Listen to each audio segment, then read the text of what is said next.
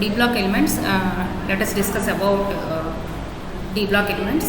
D block elements means the entering electron which enters into the d shell or d subshell are known as d block elements, and the main space of d block elements in the periodic table are they belongs to 3rd to 12th groups comes under d block elements, and they lie in between p block elements and s block elements.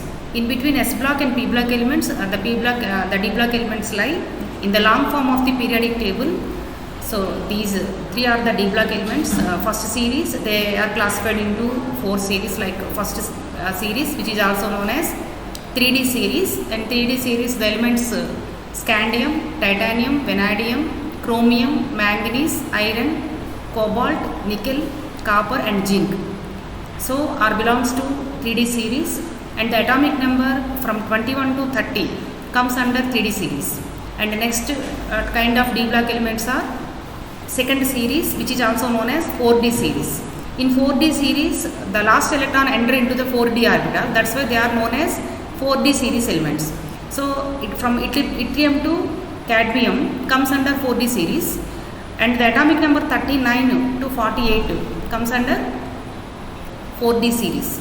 So yttrium, zirconium, niobium, molybdenum, technetium, ruthenium, rhodium, palladium, silver and cadmium. So these elements comes under 4D series. Next, coming to the 3D series third series are 5D series. In these elements, the last electron enters into the 5D orbital. That's why they are known as 5D series. So from lanthanum to lutetium comes under 5D series. Lanthanum, that means atomic number 57 to mercury, so comes under 5D series. So lanthanum, hafnium, titanium, tungsten, rhenium, osmium, iridium, platinum, palladium and mercury. So these elements comes under 5D series. So 3D, 4D, 5D and 6D series is also there, but it is an incomplete series. So what is the difference between D block elements and transition series? Both are not same. In D block elements, the last electron entering into the d orbital, the elements are known as D block elements. But the transition elements means in transition elements, the n-1 d orbital partially filled. So the elements whose n-1 d orbital is partially filled, that elements are known as transition elements. So all the transition elements are D block elements, but not all the D block elements comes to transition elements. So a transition element is defined as the one which has incompletely filled d orbitals in its ground state or in any one of its ground state. They are known as transition elements. So they are not equal. All the transition elements are equal to D block, but all the D block elements are not the transition elements. For example, if I take zinc, zinc is a D block element, but it is not a transition element because in zinc the d orbital is completely filled. That's why zinc does not belongs to transition element, but it belongs to D block element. So this is the reason how the D block elements and transition elements different. All D block elements are not transition elements, but all transition elements are D block elements. So example is already I have discussed that zinc example, which has D10 configuration, which means d orbital is completely filled. That's why it is a D block element, but it is not a transition element as because the d orbital is completely filled. Because what we have already defined, the transition element means in which the n-1 d orbital is partially filled, but in zinc the n-1 d orbital is completely filled. That's why it comes under D block element, but it is not a transition element. So let us see the electronic configuration of D block elements. First, I take 3D series from scandium to zinc. The general electronic configuration of D block elements is NS 0 or 1 or 2, n-1 D 1 to 10. So this is the general electronic configuration of D block elements. So coming to the scandium, whose electronic number is 21, and the electronic configuration is 4s2 3d1, titanium 22, whose electronic configuration is 4s2 3d2, and vanadium 4s2 3d3 and chromium. So coming to the chromium, actually we expected that the electronic configuration of chromium is taken as 4s2 3d4, but instead of that one, practically we can see that the electronic configuration of chromium is 4s1 3d5, because one electron from 4s goes to 4d, the 3d orbital, because half filled or completely filled are more stable. So in order to get the stable electronic configuration, one electron from 4s orbital comes to 3d orbital. That's why the electronic configuration of chromium is practically 4s1 and 3d5. That means both 4s and 3d orbitals are half filled and are more stable, so that practically the electronic configuration of chromium is 4s1 and 3d5. And manganese again 4s to 3d5, iron 4s to 3d6, cobalt 4s to 3d7, nickel 4s to 3d8. But copper, again we can see that in copper actually we expected that the electronic configuration of copper is 4s to 3d9, but in practical the electronic configuration of copper is 4s1 3d10.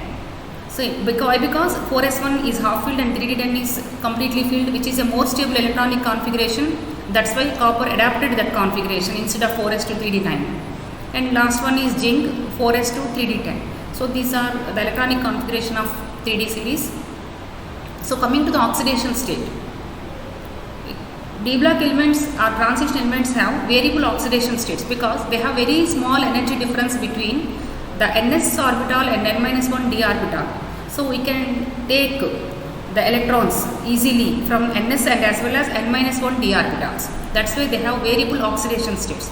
So all the d block elements exhibit variable oxidation states because we can take the electrons or we can remove the electrons from ns and as well as n-d orbitals very easily, as because the electronic difference between the ns orbital and n-1 d orbital is very less. So coming to the 3d series, our first series, scandium, which can exhibit +3 oxidation state.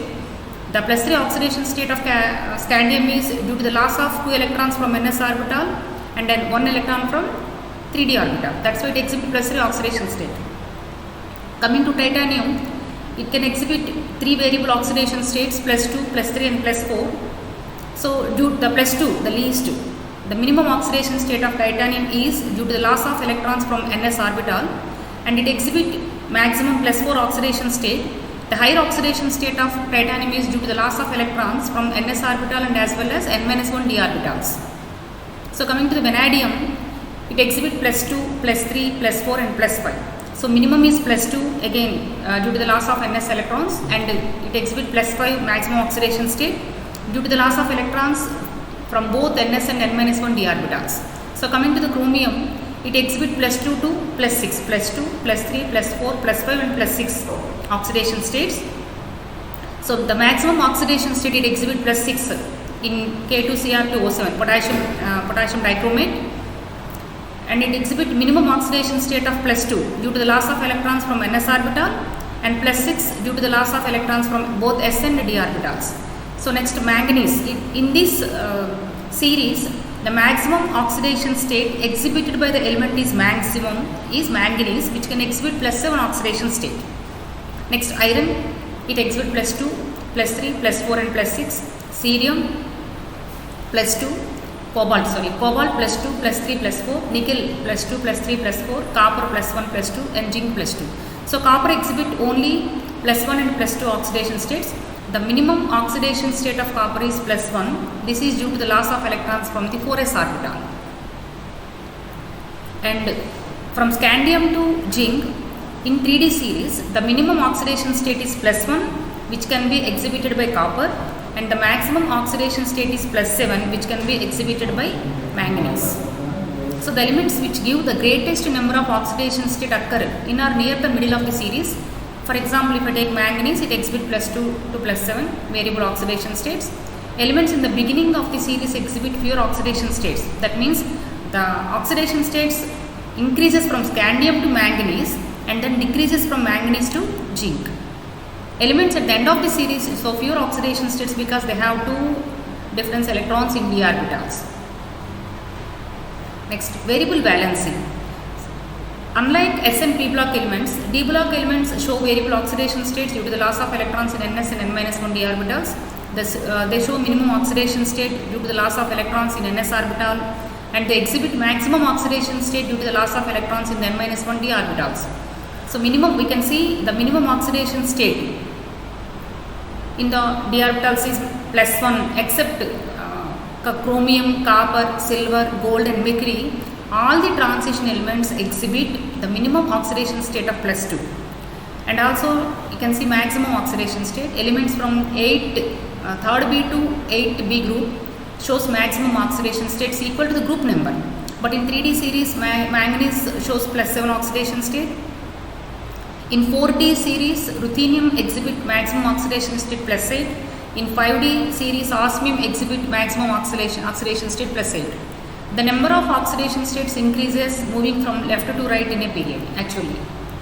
So relative stability of various oxidation states. Now let us discuss about the relative stability of various oxidation states exhibited by the D block elements. That's because we have already discussed about the variable oxidation states that are exhibited by the D block elements.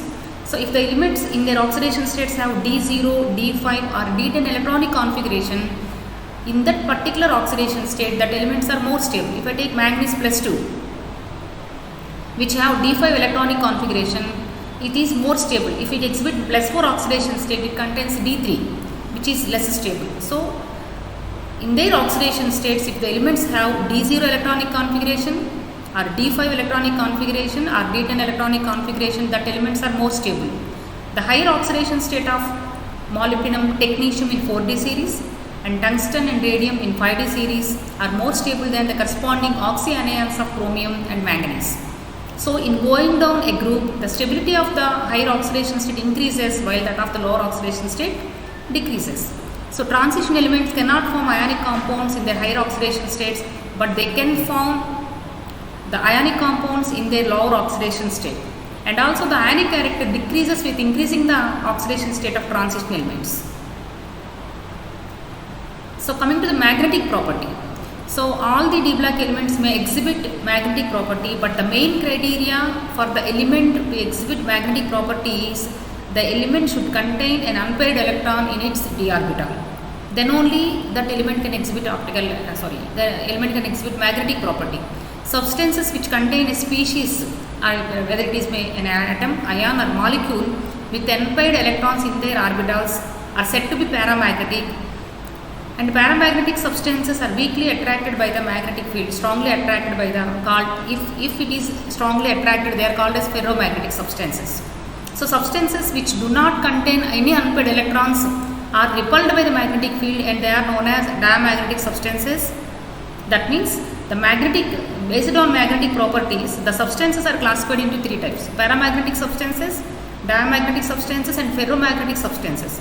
Substances which contain any unpaired electrons comes under paramagnetic substances which are weakly attracted by the magnetic field.